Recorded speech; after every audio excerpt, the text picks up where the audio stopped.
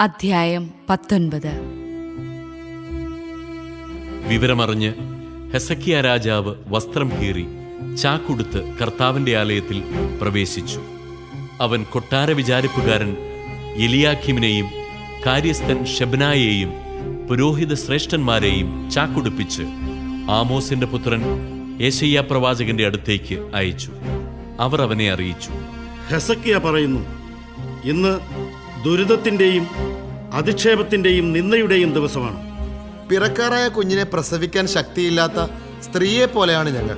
ജീവിക്കുന്ന ദൈവത്തെ അധിക്ഷേപിക്കുന്നതിന് റബ്ഷക്കെ വഴി അവന്റെ യജമാനനായ അസീറിയ രാജാവ് പറഞ്ഞയച്ച വാക്കുകൾ നിന്റെ ദൈവമായ കർത്താവ് കേട്ടിരിക്കാം. അവിടുന്ന് കേട്ട ആ വാക്കുകൾ നിമിത്തം അവിടുന്ന് അവനെ ശിക്ഷിച്ചേക്കാം. അതുകൊണ്ട് അവശേഷിച്ചിരിക്കുന്ന ജനത്തിനു വേണ്ടി നീ പ്രാർത്ഥിക്കുക. ഹെസക്കിയ രാജാവിന്റെ സേവകന്മാർ യെശയ്യായുടെ അടുത്തു വന്നു. അവൻ അവരോട് പറഞ്ഞു, നിങ്ങളുടെ യജമാനനോട് പറയുവിൻ, കർത്താവ് അരുളി ചെയ്യുന്നു.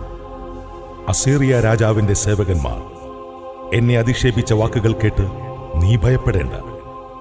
ഞാൻ അവനിൽ ഒരു ആത്മാവിനെ നിവേശിപ്പിക്കും. കിംവദന്തികൾ കേട്ട് അവൻ സ്വദേശത്തേക്ക് മടങ്ങും. അവിടെ വെച്ച് വാളിനിരയാകാൻ ഞാൻ അവൻ ഇടവരുത്തും. അസീറിയ രാജാവ് ലാഖീഷ് വിട്ടു എന്ന് റബ്ഷക്കെ കേട്ടു. അവൻ മടങ്ങിച്ചെന്നപ്പോൾ രാജാവ് ലിബ്നായോട് യുദ്ധം ചെയ്യുകയായിരുന്നു. എത്യോപ്യ രാജാവായ തിർഹാക്ക തനിക്കെതിരെ വരുന്നുവെന്ന് കേട്ടപ്പോൾ രാജാവ് ദൂതന്മാരെ അയച്ച് യൂദാ രാജാവായ ഹെസക്കിയായോട് ഇങ്ങനെ പറയണമെന്ന് കൽപ്പിച്ചു: ജെറൂസലേം അസീറിയ രാജാവിന്റെ കയ്യിൽ ഏൽപ്പിക്കപ്പെടുകയില്ലെന്ന് വാഗ്ദാനം ചെയ്ത് നീ ആശ്രയിക്കുന്ന ദൈവം നിന്നെ വഞ്ചിക്കാൻ അനുവദിക്കരുത്. എല്ലാ രാജ്യങ്ങളെയും തീർത്തും നശിപ്പിക്കുന്ന അസീറിയ രാജാക്കന്മാരുടെ പ്രവൃത്തികൾ നീ കേട്ടിട്ടില്ലേ? പിന്നെ നീ ഒഴിവാക്കപ്പെടുമോ? ഗോസാൻ, ഹാരാൻ, റേസെഫ് എന്നീ ദേശങ്ങളെയും തെലാസറിലെ ഏദൻകാരെയും എൻ്റെ പിതാക്കന്മാർ നശിപ്പിച്ചപ്പോൾ അവരുടെ ദേവന്മാർ അവരെ രക്ഷിച്ചോ? ഹമാദ്, അർപ്പാദ്, സെഫാർവയും, ഹേന, ഇവ്വ എന്നിവയുടെ രാജാക്കന്മാരെവിടെ? ഹെസക്കിയ ദൂതന്മാരുടെ കയ്യിൽ നിന്ന് കത്ത് വാങ്ങി വായിച്ചു. അവൻ കർത്താവിന്റെ ആലയത്തിൽ പ്രവേശിച്ച് അത് അവിടുത്തെ മുൻപിൽ വെച്ചു. അവൻ കർത്താവിന്റെ മുൻപിൽ പ്രാർത്ഥിച്ചു: ഇസ്രായേലിന്റെ ദൈവമായ കർത്താവേ, കെരൂബുകളുടെ മുകളിൽ സിംഹാസനസ്ഥനായിരിക്കുന്ന അവിടുന്നാണ് ദൈവം. അവിടുന്ന് മാത്രമാണ് ഭൂമിയിലെ രാജ്യങ്ങൾക്കെല്ലാം ദൈവം. അങ്ങ് ആകാശവും ഭൂമിയും സൃഷ്ടിച്ചു. കർത്താവേ, ചെവിക്കൊള്ളണമേ. കർത്താവേ, കടാക്ഷിക്കണമേ. ജീവിക്കുന്ന ദൈവത്തെ അധിക്ഷേപിക്കാൻ സെന്നാകെരീബ് പറഞ്ഞയച്ച വാക്ക് കേട്ടാലും കർത്താവേ, അസീറിയ രാജാക്കൾ ജനതകളെയും അവരുടെ ദേശങ്ങളെയും സത്യമായും ശൂന്യമാക്കിയിരിക്കുന്നു. അവരുടെ ദേവന്മാരെ അഗ്നിയിലെറിഞ്ഞിരിക്കുന്നു. അവ ദൈവമായിരുന്നില്ല, മരത്തിലും കല്ലിലും മനുഷ്യർ പണിതുണ്ടാക്കിയവയായിരുന്നു. അതിനാൽ അവ നശിച്ചു. ഞങ്ങളുടെ ദൈവമായ കർത്താവേ, അവന്റെ കയ്യിൽ നിന്ന് ഞങ്ങളെ രക്ഷിക്കണമേ. കർത്താവേ, അങ്ങ് മാത്രമാണ് ദൈവമെന്ന് ഭൂമിയിലെ ജനതകൾ അറിയട്ടെ. ആമോസിന്റെ പുത്രനായ യെശയ്യാ ഹെസക്കിയായിക്ക് ഈ സന്ദേശം അയച്ചു: ഇസ്രായേലിന്റെ ദൈവമായ കർത്താവ് അരുളി ചെയ്യുന്നു. അസീറിയ രാജാവായ സെന്നാകെരീബിനെ കുറിച്ച് നീ ചെയ്ത പ്രാർത്ഥന ഞാൻ കേട്ടിരിക്കുന്നു. അവനെക്കുറിച്ച് കർത്താവ് ഇങ്ങനെ അരുളി ചെയ്യുന്നു. കന്യകയായ സിയോൻ പുത്രി നിന്നെ നിന്ദിക്കുന്നു, അവൾ നിന്നെ പുച്ഛിക്കുന്നു. ജെറുസലേം പുത്രി നിന്റെ പിന്നിൽ തലയാട്ടുന്നു. നീ ആരെയാണ് പരിഹസിക്കുകയും നിന്ദിക്കുകയും ചെയ്തത്? ആർക്കെതിരെയാണ് ശബ്ദമുയർത്തുകയും ധിക്കാരപൂർവം ദൃഷ്ടികൾ ഉയർത്തുകയും ചെയ്തത്?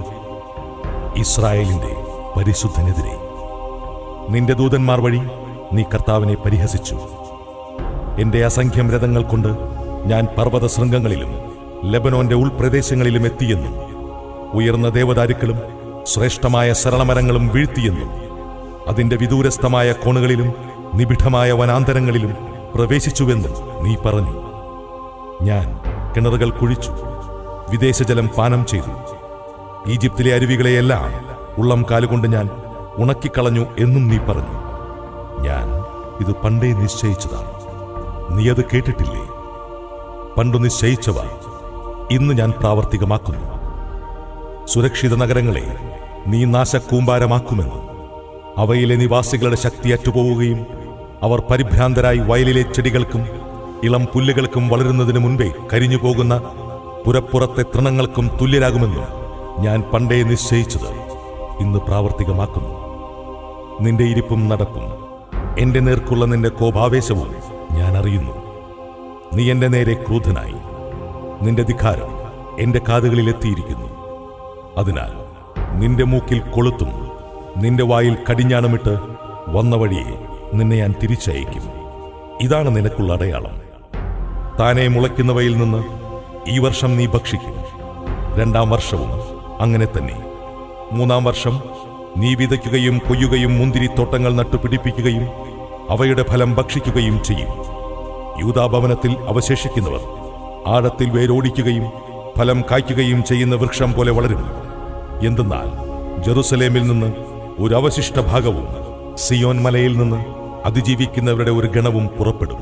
കർത്താവിൻ്റെ തീക്ഷ്ണത ഇത് നിർവഹിക്കും. അസീറിയ രാജാവിനെക്കുറിച്ച് കർത്താവ് അരുളി ചെയ്യുന്നു. അവൻ ഈ നഗരത്തിൽ പ്രവേശിക്കുകയോ ഇവിടെ അസ്ത്രം എയ്യുകയോ പരിച ധരിച്ച് ഇവിടെ വരുകയോ നഗരത്തിനെതിരെ ഉപരോധം നിർമ്മിക്കുകയോ ചെയ്യുകയില്ല. അവൻ നഗരത്തിൽ പ്രവേശിക്കാതെ വന്ന വഴിയെ മടങ്ങുമെന്ന് കർത്താവ് അരുളി ചെയ്യുന്നു. എനിക്കും എന്റെ ദാസനായ ദാവീദിനും വേണ്ടി ഞാൻ ഈ നഗരത്തെ പ്രതിരോധിച്ച് രക്ഷിക്കും. അന്ന് രാത്രി കർത്താവിന്റെ ദൂതൻ അസീറിയ പാളയത്തിൽ കടന്ന് 1,85,000 പേരെ വധിച്ചു. പ്രഭാതത്തിൽ ആളുകൾ ഉണർന്നപ്പോൾ ഇവർ ജഡമായി മാറിയിരിക്കുന്നത് കണ്ടു. പിന്നെ അസീറിയ രാജാവായ സെന്നാകെരിബ് അവിടെ നിന്ന് നിനവയിലേക്ക് പോയി അവിടെ താമസിച്ചു. അവൻ തന്റെ ദേവനായ നിസ്രോക്കിന്റെ ആലയത്തിൽ ആരാധന നടത്തുമ്പോൾ പുത്രന്മാരായ അദ്രാമെലക്കും ശരേസറും കൂടി അവനെ വാൾ കൊണ്ട് വെട്ടിക്കൊന്നതിനു ശേഷം അറാറാത്ത് ദേശത്തേക്ക് ഓടി രക്ഷപ്പെട്ടു. പകരം പുത്രൻ എസാൻഹദ്ദോൻ ഭരണമേറ്റു.